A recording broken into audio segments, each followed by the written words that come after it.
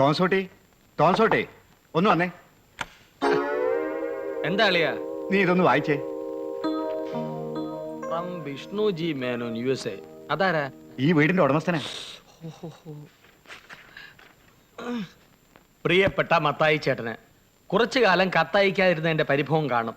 ആ പരിഭവം മാറ്റാൻ ഞാൻ ഉടനെ എത്തുന്നു. ഞാൻ വന്നതിന് ശേഷം മത്തായി ചേട്ടന് ഭാര്യയും കുട്ടികളെയും കാണാൻ പോകാം. എനിക്ക് വേണ്ടി വീട് എങ്ങനെ ഒരുക്കണമെന്ന് ഞാൻ മത്തായിച്ചനോട് പറയേണ്ട കാര്യമില്ലല്ലോ. പതിവ് പോലെ ഒരു കാർ നോക്കി വെക്കണം. 20-ാം തീയതി ഞാൻ അവിടെ എത്തുന്നതാണ്. ശേഷം കാഴ്ചയിൽ സ്വന്തം വിഷ്ണു. അളിയ എന്നെ പുറത്താക്കുവോ? സ്നേഹമുള്ളവനാ വിഷ്ണു. ഞാൻ പറഞ്ഞ എന്തും അനുസരിക്കും. കൊച്ചു കുട്ടികളുടെ സ്വഭാവ. പുള്ളി കാറ് കണ്ടിട്ടില്ലേ? എന്തിനാ കാറ് നോക്കി വെക്കുന്നേ? വാങ്ങാൻ. ആ 2 വർഷത്തിലൊരിക്കലാ വരുന്നത്. വന്നു കഴിഞ്ഞാൽ അപ്പൊ ഒരു കാറ് വാങ്ങിക്കും. പോകുമ്പോ വിൽക്കുകയും ചെയ്യും. അതാ പതിവ്. ഒറ്റയ്ക്കാണോ വരുന്നത്? പിന്നല്ലാതെ. ഒരു കാര്യം ഞാൻ പറഞ്ഞേക്കാം. നിന്റെ മറ്റേ സ്വഭാവം വിഷ്ണുവിന്റെ അടുത്ത് കാണിക്കരുത്. മര്യാദക്ക് നിന്നാൽ വിഷ്ണു തിരികെ പോകുന്നവരെ നിനക്ക് ഇവിടെ നിൽക്കാം. മര്യാദയ്ക്ക് നിൽക്കുന്ന സ്വപ്പം പ്രയാസമാണ്. എങ്കിലും ഞാൻ അഡ്ജസ്റ്റ് ചെയ്യാൻ ശ്രമിക്കാം. 2-3 മാസക്കാലത്തെ പ്രശ്നമല്ലേ ഉള്ളൂ. അമേരിക്കയിലാണെങ്കിലും വിഷ്ണുവിന് നാടൻ ഭക്ഷണമാണ് ഇഷ്ടം. ആണോ?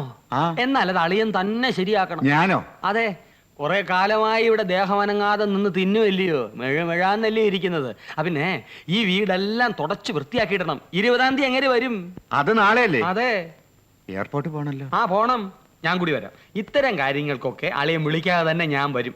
തൽക്കാലം ഞാൻ ഒന്ന് ഷേവ് ചെയ്യട്ടെ. പോ ഒരു പെങ്ങളെ കെട്ടിച്ചു കൊടുത്തുണ്ടല്ലോ വേന.